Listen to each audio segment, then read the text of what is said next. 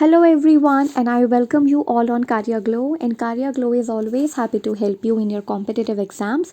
तो जैसे कि आपको पता है कि हम मैथ्स पेडागोजी कर रहे हैं और मैथ्स पेडागोजी के अंदर ही हम बहुत सारे ऐसे भी टॉपिक्स कर रहे हैं जो बाकी पेडागोजीज के लिए भी कॉमन है। तो जैसे कि आज का जो हम लोग का टॉपिक है ना वो है टेस्ट, ठीक है, जो कि बहुत ज़रूरी होता है। आपको पता है कि टीचर्स हमारा टेस्ट लेती हैं, जैसे मान लो उन्होंने एक चैप्टर कंप्लीट कर लिया, ठीक है, उसके बाद वो हमारा टेस्ट लेती हैं। तो टेस्ट लेने से पता चलता है कि आप कहाँ स्टैंड करते हो। उसके बाद आपको मेजर किया जाता है, यानी कि आपको अंक दिए जाते हैं, आपको नहीं, आपके काम को या आपके टेस्ट को मेजर किया जाता है कि आपने कितना अच्छा किया है। आपको स्कोर दिए जाते हैं, एक तरीके से आपको मतलब मेजरमेंट किया जाता है कि कितने मार्क्स मिलने चाहिए। तो टेस्ट बहुत ज़रूरी है। तो हम पढ़ेंगे कि तरह तरह के टेस्ट होते हैं। और दूसरी चीज़ ये कि हम लोग क्या पढ़ रहे हैं, मैथ्स पेडागोजी पढ़ रहे हैं, लेकिन ये जो पर्टिकुलर टॉपिक है ना, टेस्ट, मेजरमेंट, असेसमेंट या फिर आपका जो इवैल्यूएशन है, ये हर पेडागोजी में इंपॉर्टेंट है, चाहे वो मैथ्स हो, चाहे वो इंग्लिश हो, ठीक है, चाहे वो ईवीएस पेडागोजी हो, चाहे वो एसएसटी की पेडागोजी हो, चाहे वो हिंदी की पेडागोजी हो, किसी भी सब्जेक्ट की पेडागोजी हो, उसमें ये पर्टिकुलर जो टॉपिक है वो कॉमन है। और मैंने पहले ही मतलब चैप्टर की शुरुआत से पहले, मतलब जैसे ही टॉपिक शुरू होते हैं उससे पहले ही मैं बता देती हूँ कि ये सारी ही पेडागोजीज़ के लिए इंपॉर्टेंट है। तो विदाउट किसी परेशानी के आप इसको सभी पेडागोजीज़ के लिए पढ़ो। पता नहीं क्या हो रहा है आज। तो सारी ही पेडागोजीज़ के लिए पढ़ो, ठीक है, तो ये ज़रूरी है। तो हम पढ़ने वाले हैं टेस्ट। सबसे पहले हम टेस्ट से शुरू करते हैं, फिर हम पढ़ेंगे मेजरमेंट क्या होता है, असेसमेंट क्या होता है, इवैल्यूएशन क्या होता है। कुछ लोगों को लगता है कि मेजरमेंट एंड असेसमेंट, इवैल्यूएशन ये एक ही टर्मिनोलॉजीज़ हैं, लेकिन ऐसा नहीं है। हम एक एक करके पढ़ेंगे। सबसे पहले हम पढ़ेंगे टेस्ट को, ठीक है, क्योंकि देखो मेजर तो आप तभी करोगे ना जब आपने कोई टेस्ट लिया हो, तभी तो मेजर होगा। मतलब आप मार्क्स तो तभी दोगे ना जब आपने टेस्ट लिया हो। तो पहले हम टेस्ट को समझेंगे कि टेस्ट कितने प्रकार के होते हैं, और इसके ऊपर मैंने पहले भी वीडियो बनाई हुई है और ये वाली भी इंपॉर्टेंट है। अब देखो टेस्ट क्या है। सबसे इंपॉर्टेंट चीज़, टेस्ट एक टूल है, यानी कि टेस्ट को हम हिंदी में कह देंगे परीक्षण, ठीक है जी। परीक्षण जो है वो एक टूल है, वो एक तरीका है, या फिर ये एक एग्जामिनेशन हो सकता है जो टीचर्स हमारा लेते हैं। अब चाहे वो आप FA1 हो, मतलब चाहे आप वो कि 40 मार्क्स का टेस्ट हो, चाहे वो आप लोगों का 100 मार्क्स का टेस्ट हो, ये एक टेस्ट होता है, ठीक है। ये एक टूल है, ये एक एग्जामिनेशन है जिसके अंदर सेट ऑफ क्वेश्चन होते हैं, है ना, चाहे वो रिटन हो, चाहे वो MCQ बेस्ड हो, चाहे वो फिल इन दी ब्लैंक्स हो, कुछ भी हो सकते हैं। तो टेक्स्ट एक तरीका है, एक टूल है। एक परीक्षण जो है वो एक तरीका होता है, एग्जामिनेशन हो सकता है। इसमें सेट ऑफ क्वेश्चंस होते हैं which is use to measure, जिसकी वजह से आप मेजर करते हो, जो यूज़ किया जाता है to measure a particular characteristic, ताकि आप बच्चे के कैरेक्टरिस्टिक्स को पता लगा सको। एक पर्सन के, बच्चे के कैरेक्टरिस्टिक का पता लग सके, उसके पर्टिकुलर क्षेत्र में कितनी नॉलेज है। जैसे मैथ्स का टेस्ट ले रहे हो तो मैथ्स के क्षेत्र में बच्चे के कितना कितना नॉलेज है, कितना वो कैलकुलेटिव चीज़ें कर पा रहा है, कितनी वो अगर कितनी मिस्टेक्स कर रहा है तो कहाँ कर रहा है, कौन से टॉपिक में कर रहा है, क्या इसको समझ नहीं आ रहा है। तो टेस्ट इसीलिए लिया जाता है ताकि एक बच्चे ने कितना समझा है, ताकि एक पर्सन का जो कैरेक्टरिस्टिक है वो पता चल सके। अभी तो मैं बता रही हूँ कि बच्चे का कितना समझ है मैथ्स के प्रति, इंग्लिश का कितना समझ है बच्चे का, इसलिए टेस्ट लिया जाता है कि हमने मैथ्स और इंग्लिश के SST के टेस्ट ले लिए ताकि पता चले कि बच्चे की कितनी समझ है। लेकिन कई बार पर्सनैलिटी टेस्ट भी होते हैं। आपने सुना होगा कि एक इंसान ऐसी सिचुएशन में क्या, कौन सा ऑप्शन चुनेगा, वो कौन सा ऑप्शन चुनेगा, ये एक इंसान अगर वो टेस्ट को देगा, जिसे हम पर्सनालिटी टेस्ट कहते हैं, उससे उस इंसान के कैरेक्टर का पता चलेगा, ठीक है। मतलब कुछ हद तक तो हम उस इंसान को जान ही पाएंगे कि ऐसी सिचुएशन अगर इंसान के सामने आ जाए तो वो कौन सा आंसर अपने हिसाब से या ऑप्शन चूज़ करेगा। उससे आप पता लगा सकते हो कि ये फ्यूचर में क्या करेगा। अगर इसके सामने ऐसी सिचुएशन आती है, प्रेडिक्ट कर सकते हो, और ओवरऑल पर्सनालिटी आपको उस बंदे की, उस इंसान की पता चल सकती है। तो इसलिए ये टेस्ट किए जाते हैं। अब ये टेस्ट स्कूल लेवल पर भी टेस्ट हो सकते हैं, ये परीक्षण स्कूली परीक्षण भी हो सकते हैं, विद्यालय लेवल पर भी हो सकते हैं, और ये आपकी पर्सनैलिटी को टेस्ट करने के लिए भी हो सकते हैं। लेट्स से फॉर एग्जाम्पल आप मुझसे कहते हो कि मैं सिंगिंग में बहुत अच्छी हूँ, तो मैं कहूँगी कि ठीक है आप कुछ गा के दिखाओ, तो सिंगिंग का टेस्ट हो जाएगा ताकि आपके उस स्किल का पता चल सके। समझ रहे हो। तो टेस्ट लेना बहुत ज़रूरी है ताकि इंसान के बारे में आप जान सको कि उसके अंदर वो स्किल है भी या नहीं है, ये भी पता चल सके। उसकी अगर कोई सब्जेक्ट का टेस्ट है तो उसका उस सब्जेक्ट के प्रति कितना ज़्यादा समझ है वो भी पता चलेगी, ठीक है। तो ऐसे आप सिंगिंग का टेस्ट भी हो सकता है, वो एक स्किल टेस्ट हो गया, या फिर कुकिंग टेस्ट भी हो सकता है। कई तरह के टेस्ट हो सकते हैं। तो टेस्ट क्या है, एक तरीका है, एक टूल है, ये एक एग्जामिनेशन हो सकता है जिसमें कुछ सेट ऑफ क्वेश्चंस होते हैं जो यूज़ किए जाते हैं, which is use to measure a particular characteristic of a person और अ ग्रुप ऑफ इंडिविजुअल। जैसे हम 30 बच्चे, 35 बच्चे टेस्ट लेते हैं, मतलब टीचर्स जो हैं 35 बच्चों का टेस्ट लेती है, तो एक ग्रुप ऑफ इंडिविजुअल का पता चलता है कि उस सब्जेक्ट के बारे में उस बच्चे की समझ कितनी है। या फिर अगर पर्सनालिटी टेस्ट है जो कि बहुत सारे लोगों का हमने एक साथ ले लिया, तो पता चल सकेगा कि वो पर्सन इन पर्सन कैसा है, कि मतलब वो पर्सन है कैसा, उसके करेक्टर्स के बारे में पता चलेगा, उसकी विशेषताओं का पता चलेगा। ठीक है, तो इसलिए टेस्ट लिया जाता है। ये सब्जेक्ट का टेस्ट भी हो सकता है, कोई स्किल टेस्ट भी हो सकता है, पर्सनालिटी टेस्ट भी हो सकता है, कुछ भी टेस्ट हो सकता है। It is use to assess one's knowledge. अगर ये सब्जेक्ट बेस्ड टेस्ट है तो आप उनकी नॉलेज टेस्ट कर सकते हो, स्किल टेस्ट कर सकते हो, जैसे कि इंडियन आइडल में आपका सिंगिंग का जब आप ऑडिशन देने जाते हो वो एक तरीके से टेस्ट ही तो होता है कि आपकी सिंगिंग के स्किल्स देख सके, कुकिंग के स्किल्स देख सके इन मास्टर शेफ, अगर हम ये समझें तो आपके नॉलेज का पता चलता है, आपके स्किल्स का पता चलता है, आपके एटीट्यूड का पता चलता है कि आपका पॉजिटिव एटीट्यूड है, क्योंकि कुछ क्वेश्चन से एटीट्यूड भी पता चलता है। जैसे मैंने एक क्वेश्चन की बहुत बार बात करी हुई है अपने इन्हीं चैप्टर्स में, मतलब जब मैं पढ़ाती हूँ टॉपिक्स में, कि एक बच्चा है वो पढ़ नहीं रहा है, वो टीचर की सुन नहीं रहा है, तो टीचर को क्या करना चाहिए? टीचर को प्रिंसिपल को कंप्लेन करना चाहिए, टीचर को पेरेंट्स को बताना चाहिए, टीचर को असेंबली में उसे डांटना चाहिए, या फिर फोर्थ टीचर को उसे खुद अपने लेवल पे समझाना चाहिए। एक बात नहीं समझ रहा है तो उसको अगले तरीके से समझाओ, मतलब डिफरेंट मेथड से समझाओ। तो ये क्या है कि आपका एटीट्यूड कैसा है। अगर आप ये कहोगे कि प्रिंसिपल को जाके बता दूंगे, दैट मीन्स कि आप इतने केपेबल नहीं हो कि उस बच्चे को समझा सको अपने लेवल पे, या पेरेंट्स को बता दोगे। और अगर आपने ये ऑप्शन पर टिक कर दिया कि मैं तो उसे स्कूल असेंबली के सामने डांटूंगी या सब लोगों के सामने एक एग्जाम्पल सेट करूंगी, तो और ये आपका बच्चे के प्रति नेगेटिव एटीट्यूड सबको पता चल जाएगा। इसीलिए आपका एटीट्यूड भी जज किया जाता है। ये जो सीटेट का एग्जामिनेशन है, आपका एटीट्यूड भी जज करता है, आपके स्किल कितने हैं, आपके टीचिंग स्किल कितने हैं, कब कौन सा मेथड आप इस्तेमाल करोगे ये पता चलता है, आपके नॉलेज का पता चलता है, ज्ञान का पता चलता है, कौशल का पता चलता है, आपके एटीट्यूड का पता चलता है, आपके एप्टीट्यूड का पता चलता है। तो ये हमारी अभिरुचि का भी पता लगाते हैं और अभिक्षमता का भी पता लगाते हैं, हिंदी में बात करें तो, एंड परफॉर्मेंस का भी। And it is use to accumulate data. इसका मतलब बेसिक काम होता है डेटा को अक्यूमुलेट करना, कि बच्चे का कितना नॉलेज है, कितना, मतलब टेस्ट के थ्रू आप ये सब चीज़ें असेस कर सकते हो कि कितनी स्किल है, कितना नॉलेज है, कितना एटीट्यूड है, कितना एप्टीट्यूड है। तो मेरे हिसाब से आपको समझ आ गया होगा कि टेस्ट बहुत ज़रूरी है। भाई टेस्ट जो होता है वो एक टूल होता है, ये एग्जामिनेशन भी हो सकता है, जैसे हमारे एग्जाम्स होते हैं, चाहे वो स्कूल लेवल के हों चाहे वो कॉलेज लेवल के हों। ये कुछ सेट ऑफ क्वेश्चंस होते हैं जो मेजर करते हैं एक इंसान के क्या कैरेक्टरिस्टिक हैं, या फिर उसकी नॉलेज को टेस्ट करते हैं, उसके स्किल को टेस्ट करते हैं, उसके एटीट्यूड को, उसके एप्टीट्यूड को, उसकी परफॉर्मेंस को टेस्ट करते हैं। ठीक है, तो ये टेस्ट होता है। अब कितने तरह के टेस्ट होते हैं? परीक्षण के भी कई प्रकार हैं, काइंड्स ऑफ टेस्ट भी बहुत सारे। It can be objective test. Objective test जिसको हम MCQ टेस्ट कहते हैं, जिसमें आपके पास 4 ऑप्शंस होते हैं और आपको उसमें से एक सूटेबल आंसर अपने हिसाब से टिक करना होता है या मोस्ट अप्रोप्रिएट टिक करना होता है। तो ये ऑब्जेक्टिव टेस्ट होते हैं। ठीक है, जैसे सीटेट का एग्जामिनेशन ऑब्जेक्टिव टेस्ट है। सब्जेक्टिव टेस्ट में होता है कि 2 मार्क्स का क्वेश्चन है, आपको उसका आंसर लिखना है।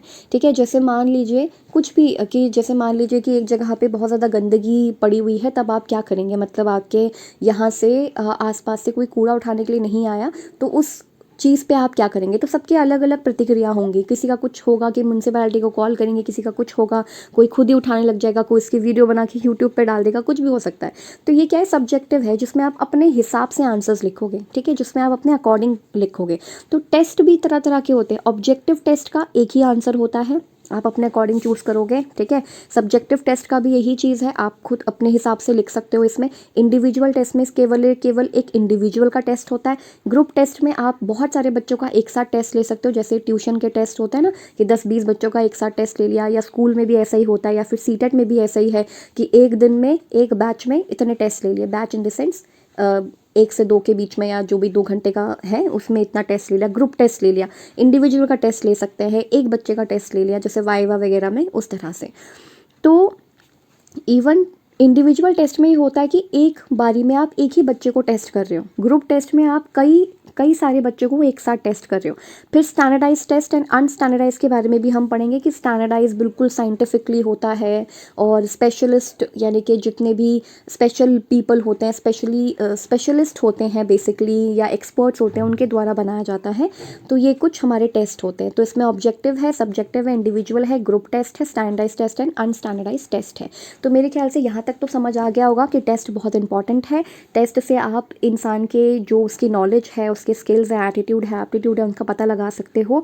इवन उनके कैरेक्टरिस्टिक का भी पता लगा सकते हो, उनके कौशलों का पता लगा सकते हो। टेस्ट कई तरह के होते हैं, जिसमें ऑब्जेक्टिव टेस्ट होता है जिसमें हम कहते हैं कन्वर्जेंट रिस्पॉन्सेज। ऑब्जेक्टिव टेस्ट को आप सिंपली MCQ समझो। तो ऑब्जेक्टिव टेस्ट होता है कन्वर्जेंट रिस्पॉन्सेज, दैट इज एक ही आंसर होगा एक क्वेश्चन का एक ही आंसर होगा, जिसे हम स्पेसिफिक रिस्पॉन्स कहेंगे। इसे test paper and pencil test भी कहते हैं। ये क्वांटिफाइड होता है, यानी कि आप इसको क्वांटिटी में भी मतलब आप इसको मेजर कर सकते हो। जैसे कि मान लो आपने 10 MCQ दिए, जिसमें से बच्चे के 9 सही हैं, तो चलो मार्क्स मिल गए। तो ये ऑब्जेक्टिव टेस्ट है जिसका एक ही आंसर होगा। जैसे CTET में ना आपका एक ही आंसर सही होगा, ऐसा नहीं होगा कि एक क्वेश्चन के दो आंसर सही होंगे, ठीक है, ऐसा नहीं होगा। अगर ऐसा होता है तो सब बच्चों को उसके मार्क्स मिलते हैं। तो कन्वर्जेंट रिस्पॉन्सेज का मतलब है जिसमें एक MCQ का एक ही टेस्ट होगा। जैसे भारत कब आज़ाद हुआ, ये जो MCQ है ना, ये 1947 15 अगस्त को आज़ाद हो गया था। 15 अगस्त को 1947 में आज़ाद हो गया। यही इसका आंसर होगा इस MCQ का। That is why it is convergent response. ये एक ही आंसर दोगे तो वो ऑब्जेक्टिव टेस्ट है। जबकि अगर पूछा जाए कि 1947 के दौरान सभी लोगों की अलग अलग एक्सपीरियंसेस थे, आप उसको डिफ़ाइन करो, तो वो सब्जेक्टिव है, क्योंकि वो सबके हिसाब से अलग अलग होगा। भाई किसानों का एक्सपीरियंस अलग होगा, और हम जैसे लोगों का, नॉर्मल लोगों का अलग एक्सपीरियंस होगा। जो अमीर वर्ग है उनका अलग एक्सपीरियंस होगा, सबका अलग एक्सपीरियंस होगा, ठीक है, इस चीज़ का, स्वतंत्रता का। तो वही चीज़ है, ये सब्जेक्टिव टेस्ट होता है, नॉट ईजी टू क्वान्टिफाई। इसमें पता है क्वांटिटी वो करना बहुत मुश्किल है, क्योंकि इसमें वो अपने अनुसार चीज़ें दे रहे हैं। तो इसीलिए इसमें तो एक ही आंसर होगा, तो इसमें तो फटाफट हो जाएगा, लेकिन ये ईजी नहीं है क्वान्टिफाई करना, ठीक है। इसमें इसको पेपर एंड पेंसिल टेस्ट कहते हैं, कि पेपर है और आप बस लिख रहे हो। ये ओपन एंडेड है, अपने हिसाब से अपने अकॉर्डिंग आप कुछ भी लिख सकते हो। डाइवर्जेंट एंड कन्वर्जेंट हम पहले पढ़ चुके हैं। डाइवर्जेंट का मतलब होता है आप बहुत सारे सोल्यूशंस दे रहे हो, यानी कि अपने अकॉर्डिंग बहुत सारी चीज़ें लिख रहे हो। ये ऐसे टाइप आंसर्स होते हैं, इसमें ऐसे टाइप की ज़रूरत होती है, ठीक है। जैसे 1947 के बहुत सारे लोगों के एक्सपीरियंसेस बताइए, तो इसमें आप ऐसे टाइप ही लिख पाओगे। इसमें आप एक शब्द में तो बयान कर ही नहीं सकते किसी भी एंगल से। तो ये टेस्ट है ऑब्जेक्टिव टेस्ट। मतलब आप ये समझ लो, MCQ वाले टेस्ट होते हैं। सब्जेक्टिव टेस्ट ये 2 मार्क्स वाले, 4 मार्क्स वाले, वो वाले टेस्ट होते हैं जिसमें आप अपना अकॉर्डिंग आंसर लिखते हो, आपके अनुसार वाले आंसर्स लिखते हो। तो ये वो सब्जेक्टिव टेस्ट हो गए। तो एक बार देख लेते हैं हमने अभी तक क्या क्या समझा। इसको मैं एक बार रब कर देती हूँ, ठीक है। अभी हम अच्छे से पहले टेस्ट समझेंगे, उसके बाद आगे जाएंगे। तो देखो, टेस्ट हमने क्या पढ़ा अभी तक, कि टेस्ट क्या होता है, परीक्षण जिसे हम कह रहे हैं। जो टेस्ट है जिसे हम परीक्षण कहते हैं, हिंदी में परीक्षण कहते हैं, ये हमारी नॉलेज को, हमारे ज्ञान को टेस्ट करता है। पहली बात तो कि हमारे अंदर कितना ज्ञान है, ये स्किल को टेस्ट करता है। हमारे अंदर कितना कौशल है, ये उसको टेस्ट करता है। हमारा एप्टीट्यूड को टेस्ट करता है। हमारे एटीट्यूड को टेस्ट करता है कि हमारा किस चीज़ में इंटरेस्ट है भी या नहीं है। हमारी अभिक्षमता, एप्टीट्यूड को टेस्ट करता है कि इस बच्चे में इस सब्जेक्ट के प्रति कैसा रिस्पॉन्स है, इसको समझ भी आ रहा है नहीं आ रहा है, इसलिए टेस्ट लिए जाते हैं। और जो टेस्ट होता है एक तरीका होता है, इसके अंदर बेसिकली क्वेश्चंस होते हैं, हमें असेस करने के लिए क्वेश्चंस होते हैं, ये टेस्ट होते हैं। ये स्कूल लेवल पे भी होता है, और काइंड ऑफ टेस्ट में ऑब्जेक्टिव टेस्ट भी होते हैं, सब्जेक्टिव टेस्ट भी होते हैं। ऑब्जेक्टिव जो MCQ बेस्ड होते हैं, सब्जेक्टिव जिसमें आप अपने अनुसार उत्तर लिखते हो। फिर आता है individual test. Individual test is 1 student at a time, यानी कि 1 स्टूडेंट एट अ टाइम का मतलब है टेस्टिंग, इसको थोड़ा सा करेक्ट कर लेना, टेस्टिंग लगा लेना आगे। Testing 1 student at a time, यानी कि एक समय पर आप एक ही बच्चे का परीक्षण ले रहे हो, उसे इंडिविजुअल टेस्ट कहते हैं। एक ही समय पे एक ही बच्चे का टेस्ट लिया जा रहा है। ये वाइवा से हो सकता है, या तो आप बच्चे का वाइवा ले लो, उससे क्वेश्चंस पूछ लो, या तो फिर आप उसको बोलो कि चलो ये बच्चे ये प्रैक्टिकल करके दिखाओ। जैसे साइंस में होता है ना, ये वाला प्रैक्टिकल आप करके दिखाओ, तो आपने इंडिविजुअल टेस्ट ले लिया, ठीक है। लेकिन ग्रुप टेस्ट होता है, testing group of students eight a time. इसमें भी आएगा टेस्टिंग आगे, इसमें आएगा testing group of students eight a time, जिसमें हम बहुत सारे बच्चों का एक साथ टेस्ट ले लेते हैं, जैसे CTET हो गया, या फिर आपके एग्जाम्स हो गए, वो वाले। फिर आता है स्टैंडर्डाइज टेस्ट। स्टैंडर्डाइज टेस्ट जो है वो एक्सपर्ट बनाता है या स्पेशलिस्ट बनाता है। ये एक यूनिफॉर्म प्रोसीजर है, यानी कि ये कहीं और से बनकर आते हैं, एक्सपर्ट्स बनाते हैं, स्पेशलिस्ट बनाते हैं उस पर्टिकुलर चीज़ के। बट अनस्टैंडर्डाइज टेस्ट टीचर बना सकता है अपने क्लासरूम के लिए, अपने हिसाब से परिवर्तन कर सकता है। हालांकि स्टैंडर्डाइज टेस्ट एंड अनस्टैंडर्डाइज टेस्ट को हम और अच्छे से पढ़ेंगे और डीपली पढ़ेंगे, लेकिन किसी दूसरे टॉपिक में, मतलब इन दोनों का अलग से ही टॉपिक होगा।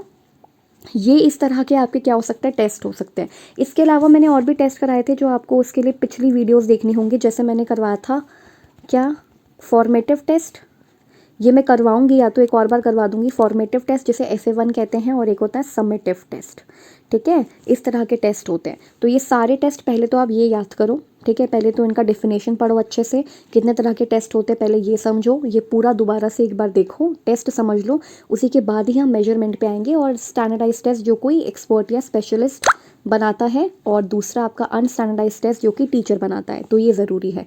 फिर आ जाता है मेजरमेंट, जो कि अब हम पढ़ने वाले हैं, बट उससे पहले आप टेस्ट को एक बार कंप्लीट कर लेना, ठीक है। तो अब हम अपने नेक्स्ट टॉपिक पे चलते हैं, जो है मेजरमेंट। तो मेजरमेंट का मतलब होता है मापन, जिसमें हम चीज़ों को मेजर करते हैं, मापते हैं। अगर मैं वेट की बात करूं तो वेट मेजर करना आसान है, ठीक है, और अगर मैं हाइट की बात करूं तो हाइट भी मेजर करना आसान है।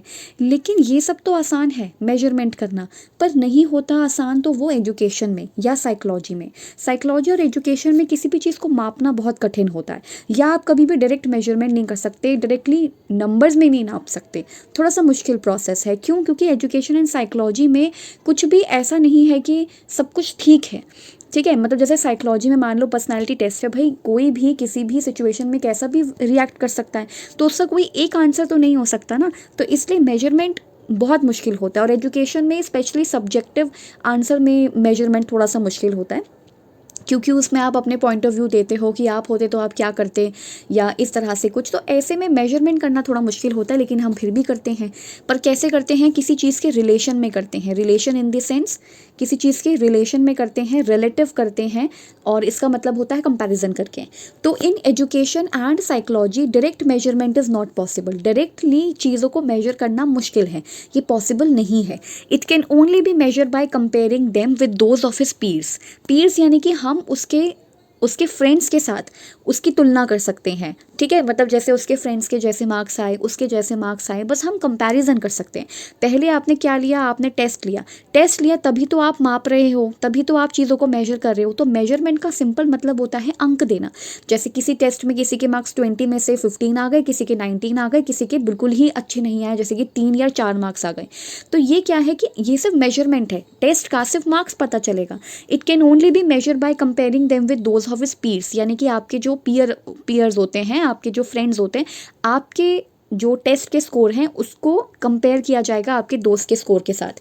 दीज आर रिलेटिव मेजरमेंट, ये रिलेटिव है, किसी के रिलेशन में है, ठीक है। मतलब रिलेशन में है इन द सेंस कि आप थोड़ा सा एक तरीके से देखा जाए तो कंपैरिजन कर रहे हो, रिलेटिव मेजरमेंट है।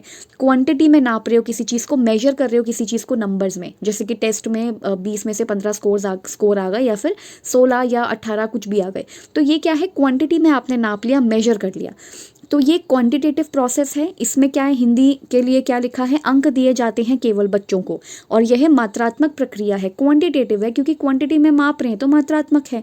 तो ये क्वांटिटेटिव प्रोसेस है, इसमें अंक दिए जाते हैं बच्चों को, इसलिए एक मात्रात्मक प्रक्रिया है।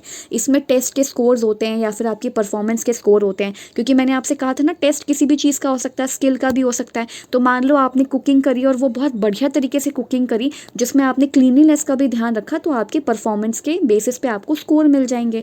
तो टेस्ट जो है वो किसी भी प्रकार का हो सकता है, और किसी भी प्रकार के टेस्ट को मार्क्स देने की प्रक्रिया को, अंक देने की प्रक्रिया को ही हम मापन यानी कि मेजरमेंट कहते हैं। मेरे ख्याल से आपको यहाँ पर बहुत अच्छे से समझ आ गया होगा।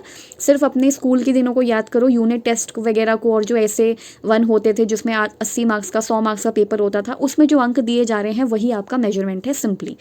फिर डिनोटिंग समथिंग एज नंबर और क्वांटिटी, जिसमें आप क्वांटिटी में चीज़ों को नापते हो, and this is the worry step. और जो फर्स्ट स्टेप होता है दैट इज़ टू मेजर। तो पहला स्टेप आपका मेजरमेंट होता है। टेस्ट के बाद जो पहला स्टेप होता है किसी भी टीचर का, वो होता है मेजरमेंट, ठीक है, कि बच्चे ने कितने अंक पाए हैं। वो तो फीडबैक की बात है कि आपने बिल्कुल अच्छा प्रदर्शन नहीं किया इस बार, आपको और मेहनत करने की ज़रूरत है, वो तो सेकेंडरी चीज़ है।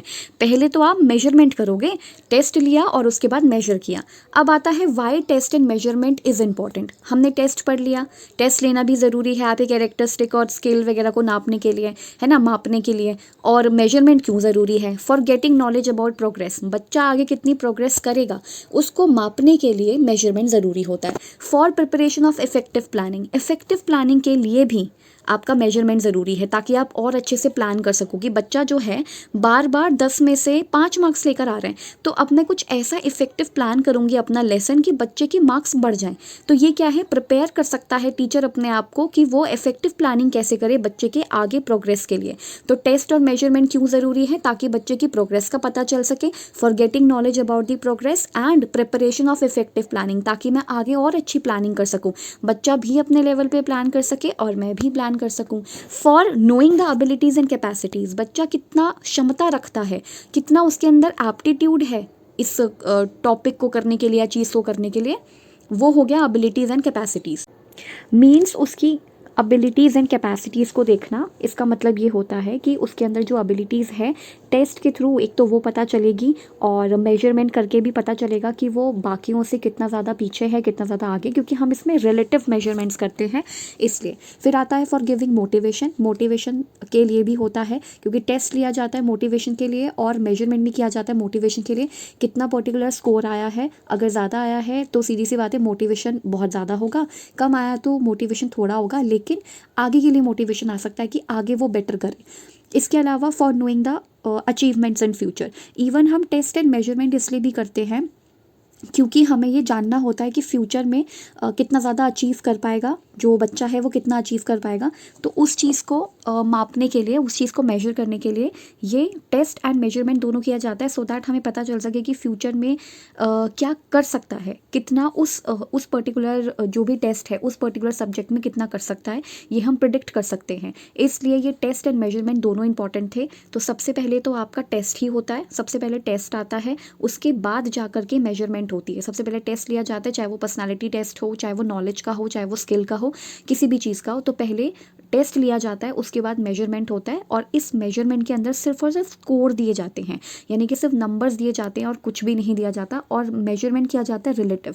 रिलेटिव का मतलब होता है किसी के रिलेशन में इन द सेंस कंपैरिजन में, दूसरे बच्चे के कंपैरिजन में। फिर हम करते हैं असेसमेंट्स, जिसमें हम देते हैं फीडबैक एंड कमेंट। इसका मतलब ये होता है कि आपने जस्ट एक टेस्ट लिया, टेस्ट लेने के बाद आपने उसे मेजर किया, ठीक है, आपने उसको मेजर किया, आपने टेस्ट लिया, टेस्ट लेने के बाद आपने मेजर किया कि कितने स्कोर आए हैं। उसके बाद आपने जब स्कोर मैच किए होंगे, कंपेयर किए होंगे, तो पता चला होगा कि इस बच्चे ने ज़्यादा अच्छा किया है और उस बच्चे ने थोड़ा कम अच्छा किया है। तो अब हम इसी बेसिस पे असेस कर सकते हैं, कैसे फीडबैक दे सकते हैं। फीडबैक किस चीज़ का, कि आपने इस पर्टिकुलर टॉपिक में अच्छा क्यों नहीं किया है, या फिर कमेंट कर सकते हैं, हम फीडबैक दे सकते हैं। किस चीज़ का फीडबैक दे सकते हैं कि इस पर्टिकुलर टॉपिक में आपकी पकड़ अच्छी नहीं है, या ये वाला फॉर्मूला आपको समझ नहीं आया इन केस ऑफ मैथ्स, या फिर इंग्लिश में ये वाला टॉपिक आपको समझ नहीं आया। तो उस चीज़ को असेस किया जा सकता है। तो पहले टेस्ट लेंगे, मेजर करेंगे, फिर फीडबैक देंगे कि तुम और अच्छा कर सकते हो या आपकी यहाँ पर गलती है, ये होता है। It means collecting information. इसमें टेस्ट जो लिया है, उसके बाद जो मेजरमेंट किया है, उससे जो इन्फॉर्मेशन मिलती है उसी के बेसिस पे फीडबैक दिया जाता है या कमेंट दिया जाता है, या फिर जजमेंट्स बनाई जाती हैं कि और अच्छा कैसे किया जा सकता है, असेस किया जा सकता है। ये असेसमेंट जो है वो बच्चे के लेवल पर हो सकता है, यानी कि हम लेसन प्लान नेक्स्ट टाइम से ऐसा बनाएंगे कि ऐसी प्रॉब्लम्स फेस करने को ना मिले, जो बच्चा है उसे ऐसी प्रॉब्लम्स फेस ना करनी पड़े। या तो लेसन प्लान वैसा बनाएंगे, या फिर बच्चे को ही हम समझाएंगे कि आपके यहाँ पर गलती है, उसको अलग मेथड से समझाया जाएगा। तो ये असेसमेंट होता है, जिसमें हम फीडबैक देते हैं या कमेंट देते हैं कि आपका काम कितना अच्छा है और कितनी मेहनत की और ज़रूरत है। तो इसे हम फीडबैक कहते हैं, इसको हम असेसमेंट कहते हैं। तो टेस्ट नॉर्मल एक टेस्ट है, किसी भी चीज़ का हो सकता है, स्किल का हो सकता है या किसी भी सब्जेक्ट का हो सकता है। और उसमें जो मेजरमेंट होता है वो सिर्फ नंबर्स देने के लिए होता है, सिर्फ उसमें अंक ही दिए जाते हैं। बट जो असेसमेंट होता है उसमें हम बताते हैं एक्चुअली कि उसमें हम कमेंट देते हैं, उसमें हम फीडबैक देते हैं कि गलती है तो कहाँ, किस एरिया में गलती है। सो फॉर दैट, यानी कि असेसमेंट के लिए, for that we need to observe the student minutely. बच्चे को हमें बहुत माइन्यूटली स्टडी करना पड़ेगा कि किधर गलती कर रहा है, किधर नहीं कर रहा। जैसे रिपोर्ट कार्ड में हम कुछ चीज़ें लिखते हैं बच्चे के लिए, असेसमेंट करते हैं, या फिर कैरेक्टर सर्टिफिकेट जो होता है उसमें भी बहुत सारी चीज़ें लिखी होती हैं। तो ये क्या है, ये असेसमेंट कब होता है, जब माइन्यूटली ऑब्जर्व करें, यानी कि आकलन बच्चे के हर पक्ष का होता है, इंग्लिश हिंदी में भी लिखा हुआ है कि आकलन बच्चे के हर पक्ष का होता है, यानी कि एवरी एस्पेक्ट्स उसमें कवर होता है, सारे एस्पेक्ट कवर होते हैं, चाहे वो स्कोलास्टिक हो यानी कि स्कूल से जुड़े हुए हों, जिसको हम कहते हैं पढ़ाई संबंधित क्रियाएं, पढ़ाई इन द सेंस पठन क्रियाएं। तो ये जितनी भी पठन क्रियाएं हैं वो इसमें आ जाती हैं। पठन क्रियाएं यानी कि जो पढ़ने से रिलेटेड हो, सिर्फ पढ़ने से रिलेटेड जो क्रियाएं होती हैं उनको हम पठन क्रिया कहते हैं। और ये स्कोलास्टिक होते हैं कि स्कूल के सब्जेक्ट्स में कैसा कर रहा है। बट को स्कोलास्टिक का मतलब है जैसे कि जो अदर देन स्टडीज़ होती है, यानी कि को curricular activities. Cocurricular activities में स्पोर्ट्स आ जाएगा, को करिकुलर एक्टिविटीज़ में योगा आ जाएगा, किसी कंपटीशन में हिस्सा लिया है तो वो आ जाएगा। तो स्पोर्ट्स है, म्यूज़िक है, योगा है, या कुछ भी और एक्स्ट्रा चीज़ें जो को करिकुलर एक्टिविटीज़ होती हैं वो सब आती हैं। तो ये क्या है, इसके अंदर फीडबैक देते हैं, असेस करते हैं दोनों चीज़ों को। ये नहीं कि सिर्फ मार्क्स असेस किया है, और भी चीज़ों की एक्चुअल व्यक्तित्व कैसा है, स्पोर्ट्स में कैसा है या फिर योगा में कैसा है, उसको भी असेस किया जाता है। So it detect students learning progress. ये बच्चे की लर्निंग प्रोग्रेस को मेजर करता है, मेजर मतलब असेस करता है, डिटेक्ट करता है कि लर्निंग प्रोग्रेस कितना कर पाया है अब तक। The process of gathering qualitative, इसमें क्वालिटेटिव मतलब को स्कोलास्टिक्स और स्कोलास्टिक सब कुछ चीज़ें, सारे पक्ष क्वालिटेटिवली, एंड उसके बाद क्वांटिटेटिव डेटा जो मेजरमेंट से डेटा आया है वो भी देखा जाता है कि जैसे मान लो 5 मार्क्स आए हैं आउट ऑफ 40, तो 5 मार्क्स तो बहुत कम है ना। तो ये आते हैं बच्चों के इतने मार्क्स भी, 3 भी आते हैं और 5 भी आते हैं 40 में से। तो ये जितने भी मार्क्स हैं ये तो क्वांटिटेटिव डेटा हो गया। अब हमें क्वालिटेटिव भी चाहिए कि वैसे और एक्स्ट्रा करिकुलर एक्टिविटीज़ में क्या पार्टिसिपेट किया या फिर कैरेक्टर कैसा है उसका। तो ये क्वालिटेटिव एंड क्वांटिटेटिव दोनों डेटाज होते हैं असेसमेंट के टाइम पे। Datas of what a student can do, क्या वो कर सकता है, and how much student possess, और कितनी चीज़ें उसे ऑलरेडी पता है और वो क्या कर सकता है, वो कहाँ तक जाएगा, थोड़ा बहुत प्रिडिक्शन टीचर कर ही लेता है। तो ये सब आता है असेसमेंट के थ्रू। तो पहले टेस्ट लिया, फिर मेजर किया जिसमें सिर्फ और सिर्फ नंबर्स दिए। नंबर्स देने के बाद ये देखा कि बाकियों से एक तो कितना पीछे है ये पता चला, और बाकी उससे कितना आगे हैं ये पता चला, एंड असेस किया या फिर फीडबैक दिया या फिर कमेंट दिया। फिर आता है पर्पस ऑफ असेसमेंट, यानी कि असेसमेंट किया क्यों जाता है। मेजरमेंट तक ही तो काफ़ी था, यानी कि सिर्फ टेस्ट लिया, स्कोर दे दिए, उतना भी बहुत है। लेकिन असेसमेंट क्यों ज़रूरी है, यानी कि फीडबैक देना, कमेंट देना, कहाँ गलती है वो बताना, जजमेंट करना, इतना माइन्यूटली ऑब्जर्व करना क्यों ज़रूरी है। So to diagnose student strengths and weakness, so that आपको बच्चे की स्ट्रेंथ पता चल सके। स्ट्रेंथ का मतलब होता है कि वो कितना आगे कर सकता है, या फिर किस चीज़ में अच्छा है, किस चीज़ में बेटर कर सकता है, या फिर उसकी वीकनेसेस का पता चले। तो बच्चे की क्योंकि हमने पढ़ा था डायग्नोस्टिक टेस्ट, तो उसमें क्या होता है, सबसे पहले हम क्या करते हैं, डायग्नोस करके देखते हैं, डायग्नोस करते हैं कि कहाँ पे दिक्कत आ रही है। तो दिक्कत आती है तो उससे उसकी वीकनेस भी पता चलती है और स्ट्रेंथ्स भी पता चलती है कि किस चीज़ में अच्छा कर सकता है, किस चीज़ में अच्छा नहीं कर सकता। फिर हम ग्रेड असाइन करते हैं। ग्रेड यानी कि ए मिला है, बी मिला है, सी मिला है। नंबर्स तो ऑलरेडी मिल चुके हैं, नंबर्स तो मेजरमेंट के टाइम पे मिल गए, असेसमेंट के टाइम पे कुछ ग्रेड्स मिल जाएंगे। फिर to monitor student progress, assessment इसलिए भी होती है कि बच्चा ऐसा तो नहीं है कि जैसा पहले था बस उतना ही है, कुछ प्रोग्रेस कर भी रहा है, नहीं कर रहा है, तो हम अपनी टीचिंग लर्निंग को थोड़ा सा चेंज करते हैं, कुछ अलग मेथड्स इस्तेमाल करते हैं। तो मॉनिटर करना भी ज़रूरी है प्रोग्रेस को। And to evaluate teachers, even teacher को अपने आप को भी इवैल्यूएट करना चाहिए कि हम जो टीचिंग मटीरियल या चीज़ें इस्तेमाल कर रहे हैं क्या वो उससे कुछ फ़ायदा हो भी रहा है या नहीं हो रहा है। नहीं हो रहा है यानी कि प्रोग्रेस नहीं कर रहा है, तो उसमें चेंजेस करने पड़ेंगे। तो असेसमेंट एक तो बच्चे के स्ट्रेंथ एंड वीकनेस को मापने की कोशिश करता है कि कितना स्ट्रेंथ है, यानी कि एक सब्जेक्ट पे कितनी पकड़ है और एक सब्जेक्ट पे कितनी पकड़ नहीं है। ग्रेड असाइन करता है और स्टूडेंट की प्रोग्रेस को मॉनिटर करता है। प्लस टीचर्स भी अपने आप को इवैल्यूएट कर पाते हैं असेसमेंट के थ्रू कि हमें क्या करना चाहिए और क्या नहीं करना चाहिए। And to determine the teacher effectiveness, and teacher ये भी डिटरमाइन कर सकता है, मतलब टीचर इफेक्टिवनेस देख सकता है कि ऐसा क्या किया जाए जो हमारी टीचिंग इतनी इफेक्टिव हो जाए कि बच्चा प्रोग्रेस करे। तो ये असेसमेंट का पार्ट है। तो फीडबैक मिलता है इसमें सिंपली, और इसमें कमेंट दिए जाते हैं कि आपने इतना अच्छा नहीं किया है, आपको अगली बार और अच्छा करना पड़ेगा। यहाँ पे ये आपकी जो है ये आपकी मजबूत चीज़ें हैं, लेकिन ये आपकी जो है वीक चीज़ें हैं। तो ये सब कुछ कमेंट एंड फीडबैक दिया जाता है बच्चे को, ये ज़रूरी है। उसके बाद लास्ट होता है इवैल्यूएशन, यानी कि एक हो गया टेस्ट, एक हो गया सबसे पहला टेस्ट जिसमें सिर्फ टेस्ट लिया है। ये सब्जेक्टिव, ऑब्जेक्टिव, स्टैंडर्डाइज, अनस्टैंडर्डाइज जो हम अभी पढ़ चुके हैं, तो कैसा भी हो सकता है, ठीक है। ये इवन ये इंडिविजुअल टेस्ट भी हो सकता है, जैसे प्रैक्टिकल करवा लिया एक बच्चे से या फिर वाइवा ले लिया, इंटरव्यू ले लिया। सो टेस्ट कैसा भी हो सकता है, subjective, objective, standardize, unstandardize, individual, group test तो कैसा भी हो सकता है। और उसका जो मेजरमेंट होता है जिसमें उसको मार्क्स दिए जाते हैं, फिर वो दिए जाते हैं, यानी कि अंक दिए जाते हैं। इसके बाद आता है इसके बाद आता है असेसमेंट। इसके जस्ट बाद आता है असेसमेंट, जिसमें क्या दिया जाता है, फीडबैक। तो टेस्ट ले लिया अलग तरीके से, मतलब जैसे भी टेस्ट लेना था, जिस भी ऑब्जेक्टिव लेना है, ओपन एंडेड लेना है, क्लोज एंडेड लेना है, टेस्ट ले लिया। फिर मेजरमेंट ज़रूरी है। अच्छा, open ended and close ended क्या होता है? ओपन एंडेड का मतलब है जिसमें आप अपने अकॉर्डिंग आंसर लिख सकते हो, इसमें कोई ऐसा कुछ नहीं है, आप अपने अकॉर्डिंग अपने आइडियाज़ लिख सकते हो। बट जो क्लोज एंडेड है, क्लोज एंडेड वो टेस्ट होता है जिसका सिर्फ एक आंसर होगा, जैसे 4 MCQ हैं, उसका एक आंसर होगा, वो क्लोज एंडेड है, आप कुछ कर ही नहीं सकते उसमें। एंड ओपन एंडेड का मीनिंग ये है जिसमें आप अपने खुद के आइडियाज़ लिख सकते हो। ठीक है, तो ये ओपन एंडेड क्लोज एंडेड था, हालांकि ये हम बाद में देखेंगे।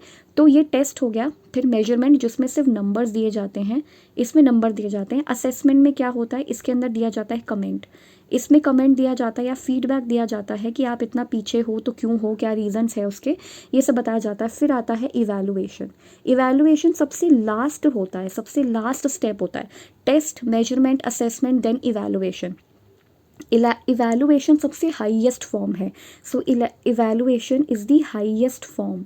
किसी भी बच्चे को टेस्ट करने के और रिमार्क देने की या एकदम अंतिम ग्रेड देने की एकदम लास्ट जो हाईएस्ट फॉर्म है वो इवैल्यूएशन है। तो ये है वैल्यू ऑफ अ थिंग या फाइनल वैल्यू या result, provide rank to the student. यानी कि पहले टेस्ट लिया, टेस्ट लेने के बाद फिर हमने मेजरमेंट किया कि कितना आगे है, कितना पीछे है बाकी बच्चों से, उसको स्कोर दे दिए। उसके बाद असेसमेंट किया कि कितना और अच्छा कर सकता है, कितना और अच्छा करने की ज़रूरत है, ये सब बताया, यानी कि फीडबैक दिया, कमेंट किया। फिर इवैल्यूएशन होता है। इवैल्यूएशन एकदम लास्ट रैंक देता है कि आपकी रैंक कितनी आई है ओवरऑल, मतलब आप फर्स्ट आए हो क्लास में, आप सेकंड आए हो क्लास में, आप थर्ड आए हो, ये सब दिया जाता है। तो ये है इवैल्यूएशन, यानी कि मूल्यांकन, जिसमें एकदम लास्ट अंतिम रैंक दी जाती है बच्चे को, एकदम फाइनल वैल्यू या बिल्कुल एकदम लास्ट रिजल्ट दिया जाता है, या फिर रैंक प्रोवाइड करी जाती है बच्चे को। इन दिस वी जज the results of the data that we have collected at the time of measurement और असेसमेंट। तो टेस्ट लिया, टेस्ट के बाद जो मेजरमेंट किया था, जो नंबर दिए थे, प्लस असेसमेंट, तो measurement plus assessment is equals to evaluation. आप स्कोर लो, ठीक है, उसके बाद उसका जो फीडबैक है या फिर उसका जो कमेंट है वो दो, उसके बाद ये इवैल्यूएशन है जिसमें हम जजमेंट करेंगे। ये भी क्वालिटेटिव एंड क्वांटिटेटिव होता है। क्वांटिटेटिव मीन्स नंबर्स जो आपको मेजरमेंट से मिल जाएंगे, and qualitative that means assessment जो असेसमेंट से मिलेंगे। तो असेसमेंट प्लस वैल्यू जजमेंट, जिसमें आकलन प्लस मूल्य निर्धारित करना, ये सब होता है। So therefore evaluation is more broader and comprehensive than assessment. ये असेसमेंट से भी और ज़्यादा बड़ा है, क्योंकि असेसमेंट में सिर्फ कमेंट दिया जाता है या फीडबैक दिया जाता है, और मेजरमेंट में सिर्फ स्कोर दिए जाते हैं, जबकि इवैल्यूएशन में स्कोर भी होते हैं और कमेंट भी होते हैं। उसके बाद एक प्रॉपर इवैल्यूएशन किया जाता है कि क्या मिलना चाहिए, कौन सा रैंक मिलना चाहिए, रैंक फर्स्ट आना चाहिए, रैंक सेकंड आना चाहिए। तो इसमें दोनों चीज़ें होती हैं, इसलिए क्वांटिटेटिव क्वालिटेटिव दोनों है। So therefore evaluation is more broader, इसलिए इवैल्यूएशन ज़्यादा बड़ा है, बहुत कॉम्प्रिहेंसिव है असेसमेंट से। And evaluation include assessment, evaluation के अंदर ही असेसमेंट भी आ जाता है और मेजरमेंट भी आ जाता है। मेजरमेंट एक टूल है जो यूज़ किया जाता है इन असेसमेंट एंड इवैल्यूएशन। तो असेसमेंट एंड इवैल्यूएशन तब तक नहीं हो सकता जब तक हमारे पास मेजरमेंट ना हो। मेजरमेंट यानी कि नंबर्स ही नहीं होंगे तो क्या असेस करेंगे कि कितना आगे है किसी बच्चे से, कितना पीछे है, कितना और मेहनत करने की ज़रूरत है, ये बता ही नहीं सकते जब तक नंबर्स नहीं है। तो मेजरमेंट एक टूल है, एक तरीका है जो कि असेसमेंट में भी और इवैल्यूएशन में दोनों में काम आता है। एग्जाम्पल्स देखेंगे। The process of making overall judgement about one's work, किसी एक बच्चे के काम को पूरा ओवरऑल, जिसमें curriculum activities, cocurricular activities, यानी कि सब्जेक्ट से रिलेटेड सारे मार्क्स, चाहे वो 5 सब्जेक्ट हो, 6 सब्जेक्ट हों, इसके अलावा कुछ और स्कूल में एक्स्ट्रा कुछ किया है, जैसे स्पोर्ट्स में, योगा में कुछ रिप्रेजेंट किया है स्कूल को, वो सब कुछ का एकदम लेखा जोखा प्लस वगैरह करके उसके बाद यही होता है इवैल्यूएशन, जिसमें फाइनल रैंक प्रोवाइड की जाती है, एकदम last step. So the process of making overall judgement about one's work और अ होल स्कूल वर्क, तो पूरे स्कूल का काम जिसमें सब्जेक्ट या योगा वगैरह, म्यूज़िक, सब कुछ, रिप्रेजेंटेशन, सब कुछ आ जाएगा, उसके बाद इवैल्यूएशन होता है। तो सिंपल है, इसमें एक वो है, एक एग्जाम्पल है, जैसे और एग्जाम्पल नॉर्मल हम अपने स्कूल लेवल पर भी देखते ही हैं।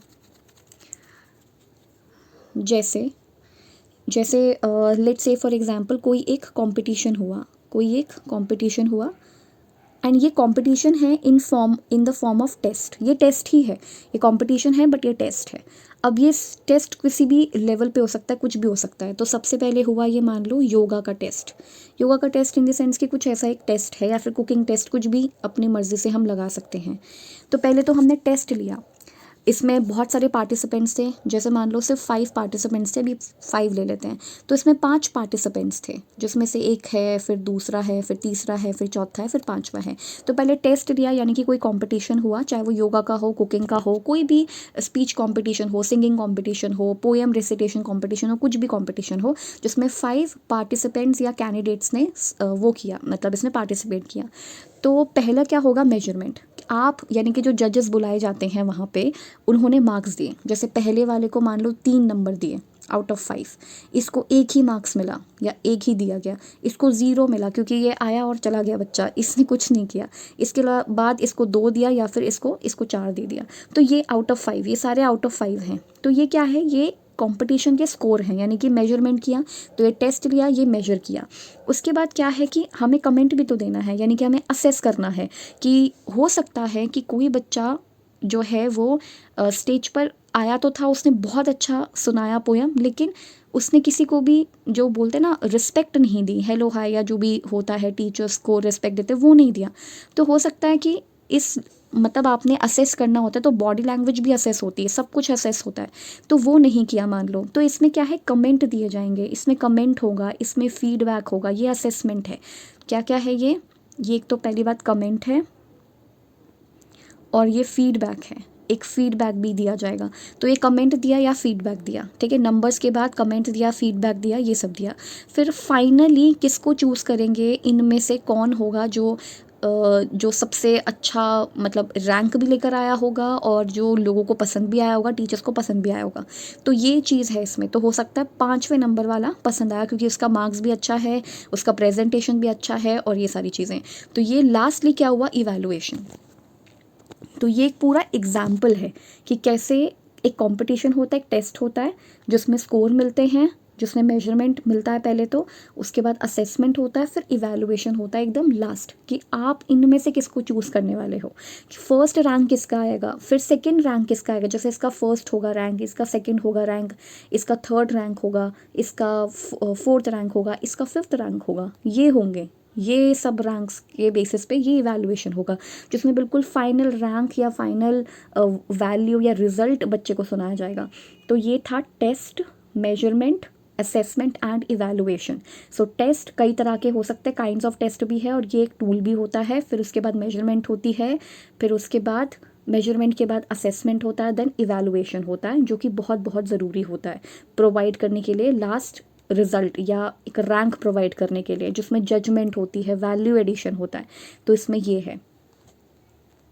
सो लर्नर्स, अगर आपको ये लेसन अच्छा लगा हो तो आप इस चैनल को लाइक कर सकते हैं, इस वीडियो को लाइक कर सकते हैं, और आप चैनल को सब्सक्राइब कर लीजिए, सो दैट आपको ऐसी ही इन्फॉर्मेटिव वीडियोस हमेशा मिलती रहें। So keep learning and keep discerning and keep watching my videos. Thank you so much.